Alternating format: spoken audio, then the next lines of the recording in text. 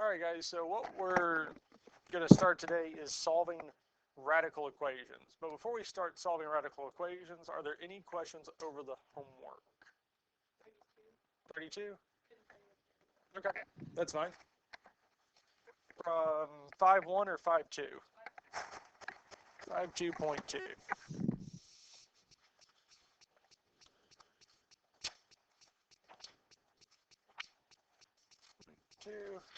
Problem number 32. Okay. So 11 over 9 minus the square root of 6.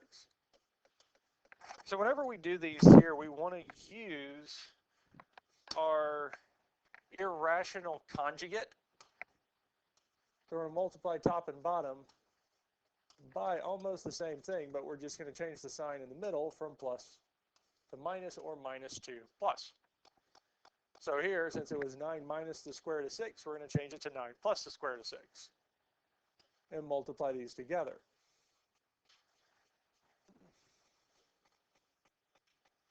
There, that's going to pop up in the dead center. Because the TI30XS will do the same thing. So we're going to multiply across the top. So we'd have 11 times 9, which is 99. Plus 11 times square root of 6 is 11 times square root of 6. And the denominator will have 9 times 9, which is 81. 9 times square root of 6 is plus 9 square root of 6. Negative square root of 6 times 9 is negative 9 square root of 6. And well, negative square root of 6 times square root of 6 is going to be negative 6 squared. Negative square root of 6 squared. Square root of 6 squared. Square and square. Stop erasing. Cancel out, just leaving us with 6, because it's also the same as saying the square root of 36, 6 times 6. And what is the square root of 36? Just 6. Now, the middle two, 9 square root of 6 minus 9 square root of 6 will cancel. So in the denominator, all we're left with is 81 minus 6, which is 75. The numerator, we have 99 plus 11 square root of 6 over 75. Now, if there is a greatest common factor among all three terms, the 2 in the numerator and the denominator, then we can simplify that out. But between 99, 11, and 75, that's as simplified as it gets, mainly because 11 is prime. Yes. So 11 over 9 minus square root of 6.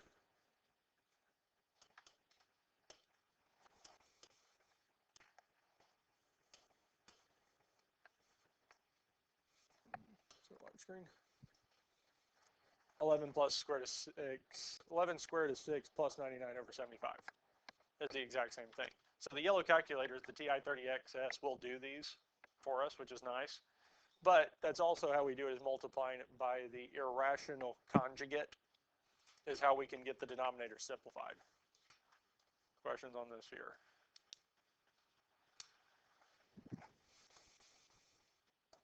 Does that kind of answer that question?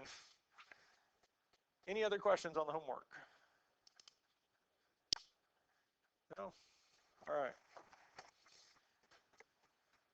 I think y'all will like this as much as I think y'all like math, but it's easier than what we've done. This is probably going to be some of the easier stuff that we've done most of the semester.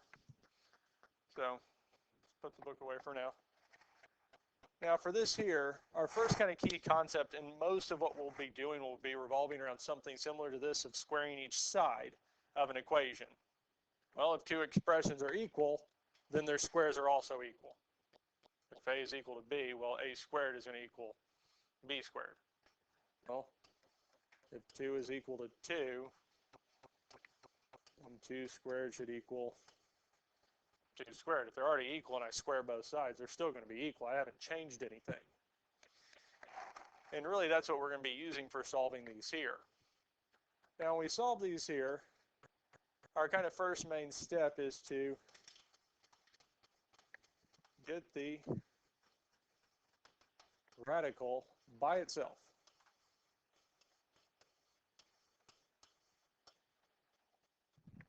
Get the radical by itself.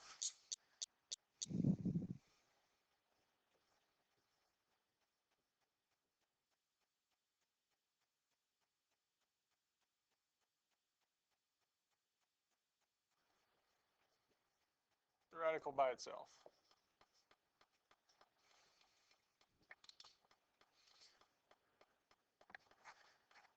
If you're filling these in, we'll put a little A. We'll fill in that subclause later because, well, we can go on and fill it in. If more than 1, even them out. And what we're saying is if there's more than one radical, kind of even them out. And at this point here, it's not going to make a whole lot of sense. But when we start looking at some that have more than one, it will.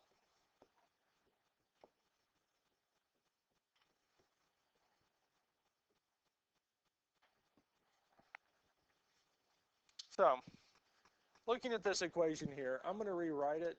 Y'all don't have to. I'm rewriting it so that the equation's in the center. Y'all's is just fine. Because if I left it where it's at, it's really hugging the side of the screen. Well, first step, get the radical by itself. Well, what's with our radical? Plus 5. How do I? That's subtract 5. Which would tell us that the square root of x is equal to what? 8.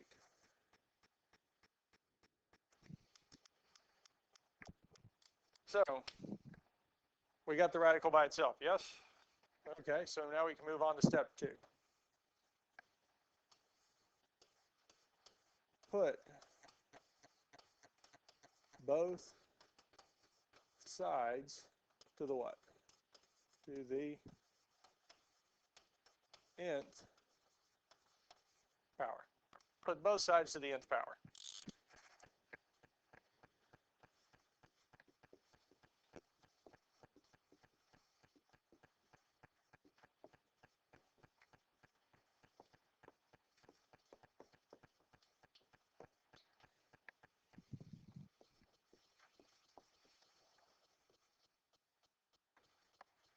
And we can go on and fill in kind of the last 2 steps.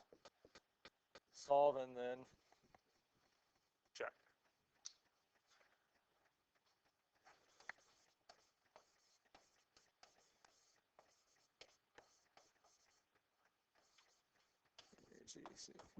So we can say solve and check is 1 step or 2 steps. I mean, either way. But before we solve and check, we need to put both sides to the nth power. So what power are we going to use for this here? 2, because we're talking about a square root. And if I square a square root, they cancel out.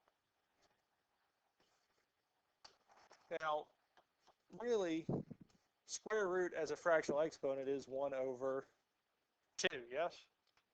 And if I square it, powers of powers do what? They multiply together, yes? So really what I'm saying is that I have 1/2 times 2. And 1/2 times 2 is what? 1. And that's why this works. But we like using this little shortcut of saying they cancel out, they simplify, so we just get x is equal to 8 squared is 64. Do we need to put the plus or minus?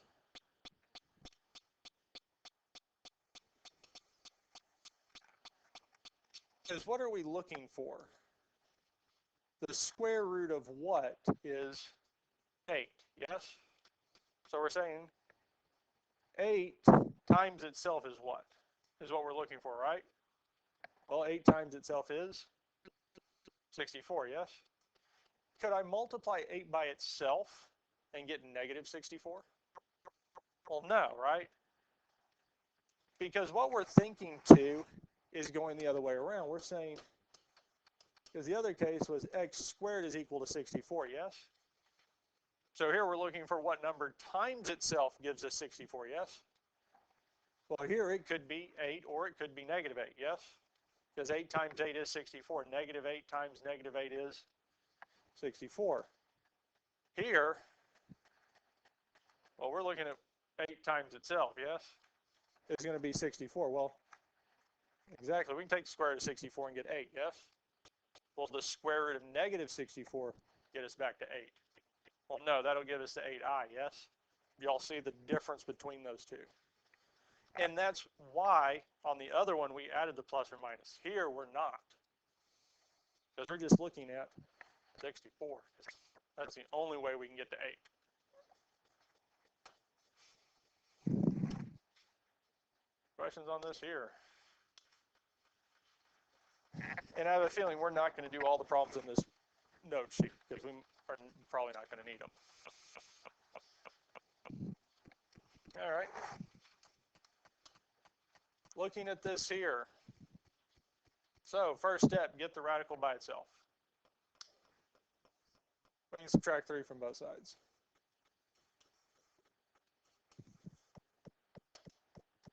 Well, that'll tell us that this negative square root of x is equal to negative 3. Is the radical by itself? No. What do we need to do? We need to take out that negative, yes? How? I mean, there's 2 ways we can do it. Well, actually 3. We can multiply by negative 1. Because we're just wanting to change the sign, so we can multiply it by negative 1. We could actually divide it by negative 1. Or kind of a third option, not really, is saying, okay, well, I have negative square root of x is equal to negative 3. They both have a negative. I can kind of throw them away and have that there. Or I'm just really switching the sign in front of the square root of x. Switch the signs on the other side. We're good to go. So it's really telling us that the square root of x is equal to 3. Is the radical by itself? Well, yes. So we can put both sides to the second power. And again, we're using the second power because we're dealing with a square root. The only way we can simplify a square root is by squaring both sides. And those two will simplify, telling us x is equal to 9. If we wanted to check it, we could. We can say 3 minus the square root of 9 is equal to 0. And if it says to check it on the test, I'm going to show you exactly what we would do is, well, we'd plug the number back in, yes? I can type this into the calculator, 3 minus square root of 9, just to make sure. Okay, that is 0 equals 0. Checks, we're done. You checked it.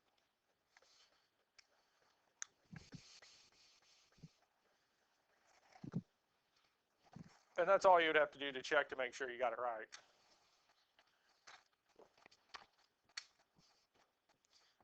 Any questions on this here? And it is easy for me to see if you actually checked it or not, because that's not the right answer, and you say, yes, it did work out. Kind of explains itself, but those are easy points. Any questions on this here? This one here is kind of nice. Is the radical by itself? Yeah, so we can go on and move to step 2. We put both sides to the nth power. Well, the nth power of this case would be 2. Because these would cancel, telling us x is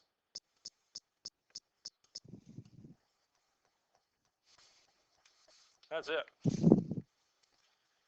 Any questions on these here?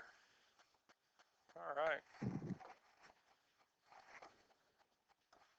Let's go on and move on to this one here, because I feel like doing more of those is not going to help you guys better understand the concept than you already got it right now. And again, I put those extra ones in there just in case we need to see more. And it looks like we don't need to.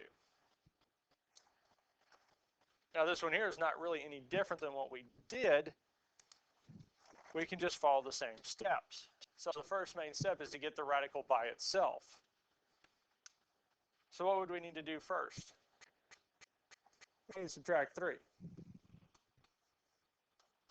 Subtract 3 from both sides.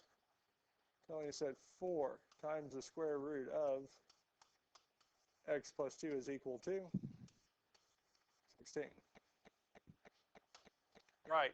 The radical is still not by itself because we got 4 times square root of x plus 2. We need to divide both sides by 4. Well, our 4 square root of x plus 2 divided by 4 leaves us with just the square root of 16 divided by 4 is 4. Is the radical by itself? Well, yes. I mean, we do have x plus 2, but where is that x plus 2? It's inside the radical, yes? Another way we could look at this is really saying that we have x plus 2 to the 1/2 is equal to 4, yes?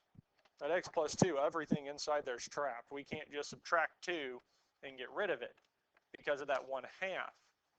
So what are we going to have to do to both sides? We're going to have to square it. We're going to have to move on to step 2 and use the nth power.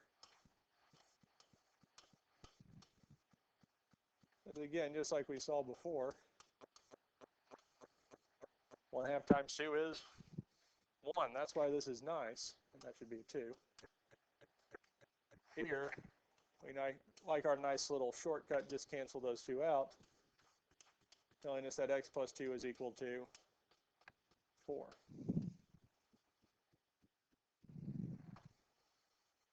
Any questions on this here? 16. Thank you.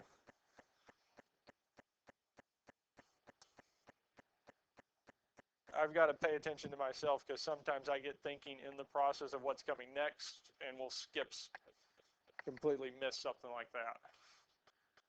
Any questions on how we got to x plus 2 equals 16 and not 4? Well, this is the first problem that actually step 3 actually came into play. Solve, yes? Because all the way up to this point it's just been x equals the number. Well, do we have x by itself? No. So the only thing we have to do now is subtract 2, telling us x is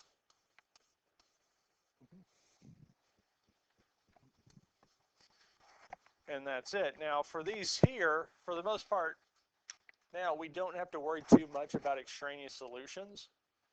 Because if we wanted to, we can plug 14 back in and see if this will. Here we don't have to worry too much about it because 14 plus 2 would give us 16. Square root of 16 is 4. 4 times 4 is 16, plus 3 gets us back to 19. We're fine. The issue that we can run into, and the reason we would definitely need to check, is if what's inside here is negative. Because we cannot take the square root of a negative number and get it back to real numbers. Because again, when we're looking at this here, we really want the real numbers. We're only focused on real numbers. So anytime we're dealing with even roots, we do kind of have to make sure that we don't have these negatives. All right. Let's look at just one more of these here. I don't think y'all really need it, but we'll go on and look at one more and then we'll move on. So here the first thing we would do is, well, add 1 to both sides, which tells us that we have 3 square root of x plus 5 is equal to 12. Then what's next? Divide by 3, yes. Which tells us that square root of x plus 5 is 4. Do we have the radical by itself? Now what's next? Square, we put both sides to the nth power.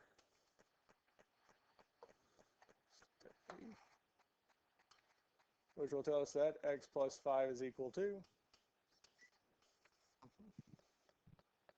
Last but not least, solve by subtracting 5, which tells us x is equal to 11. So even if we had, say, 3x plus 4, well, we would just subtract the 4 and divide if we need to. And that's it. Any questions on this here? All right. I think y'all feel comfortable with ones like this here, yes? Because we get the radical by itself and then solve for our variable. How about this one here? It's a little bit different because this time we have how many radicals? 2. Okay. Well, I said it wouldn't make sense. It didn't make sense when we began the first one, because our steps were what? Get the radical by itself. Subnote, if there's more than one, then even them out. So here we have how many? 2, right? So I'm going to even them out. I want 1 on either side, because I want an even amount on either side, if we can get an even amount. If we have 3 of them, okay, I'm going to have 2 on one side and 1 on the other. If we've got 4, I'm going to try to do 2 and 2, try to keep them as even as possible, because they'll be easier to work with that way. And we will eventually look at a case kind of like this here where we end up having 2 terms in 1 on Thursday. We'll look at those then. Most of those, especially where we end up having a radical and a term and another radical split up like that, isn't going to show up until college algebra most likely, but they're not as complicated as you might think. But we'll deal with those on Thursday. Here, we do have 2 radicals. They're on either side, yes? Well, if we went through the steps that we had, our second step was to put both sides to the nth power, yes? Well, the power we would use for either one of these would be 2.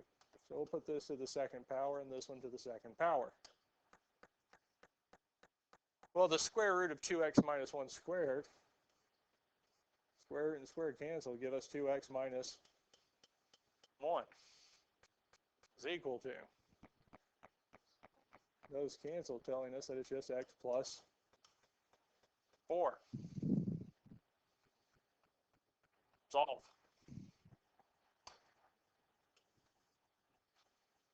So the first thing we can do is subtract x from both sides. 2x minus x is just going to be x, and then we have our minus 1 is equal to 4. Last but not least, we would add 1 to both sides. Minus x is equal to 5. Interesting thing with checking this one here, it will work.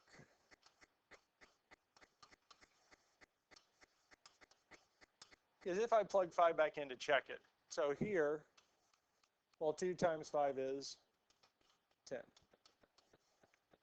On the other side, we have 5 plus 4 is 9, yes? Over here, 10 minus 1 is the square root of 9 equal to the square root of 9? I'm not going to simplify the radical, because if the radicals are the exact same, there's no reason to simplify them. They're already the same. And for this here, we could say 3 equals 3. That's not bad. But if we'd had 7 instead of 9, square root of 7, is that a nice number? Well, no, it doesn't simplify nicely. But if I get that the square root of 7 is equal to the square root of 7, it doesn't matter if it simplifies nicely or not. They're the same. The only thing we can't have is that if the number in both of these, both of them are negative, we can't take square root of a negative number, right? Even if they are matching, it's still not true, because we can't have a negative inside those radicals. Any questions on these here? I don't think you have questions on this one, but maybe the next one. This one, yes. It's a little bit different, yes? And it might be tempting to square both sides. Because if we did square both sides here, well, 0 squared is 0, yes? But on the left-hand side, we have 2 things inside of there, yes?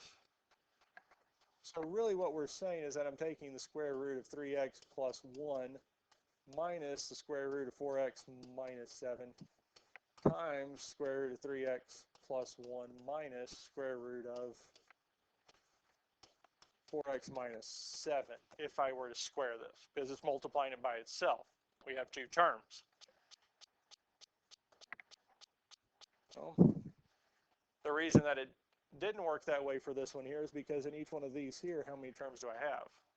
1. It's just being multiplied by itself. Here is different because we have 2, yes? Yes. Because again, if there's more than one, even them out. So what we can do is we can add the square root of 4x minus 7 to both sides. There's nothing wrong with doing this here, because then these would cancel, telling us that we have the square root of 3x plus 1 is equal to the square root of 4x minus 7. Okay, now we're back to the one we just did. We do have them even, got them as by themselves as we can. So what are we going to do to both sides? We're going to square them. Square and square would cancel, telling us we have 3x plus 1 is equal to 4x minus 7, because those will cancel as well. And then what do we do next? Subtract 3x from both sides. 3x minus 3x is 0, leaving us with just 1. 4x minus 3x is x, and we have our minus 7. Exactly, add 7 to both sides. Tells us x is equal to 8. Questions on this here? We like this here so far? Yes? All right, let's go on and check some of the others just to make sure. I think we're good with this here, yes. One radical on either side, we would square it and solve. This one's a little different. What's different from this one here than the previous? It's a cubed root, yes? Okay, we might have to change some of our steps, yes? But let's see what we have. So 1, get the radical by itself. Okay, it's already by itself, isn't it? And we don't have more than 1, so we don't have to worry about that. Step 2 was to put both sides to the second power, yes? Well, no, that's just what we've been doing, right? Nth power, yes? Exactly. We would put both sides to the third. That's why I wrote it that way. Because it's not always going to be the case that we have square roots. If we have cubed roots, we're not using squares anymore. We're using cube, nth, whatever the root is. Because the cubed root in third will simplify out, leaving us with 5x minus 2 is equal to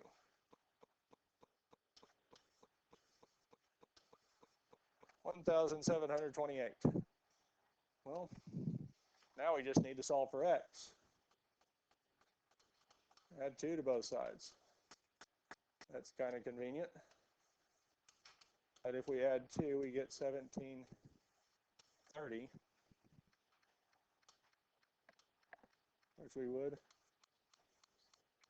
So divide both sides by 5, 346. Bless you. And that's it. So is that any different than what we did for our radicals? Well, no, it's just we're taking cubes instead of squares. Any questions on any of this here?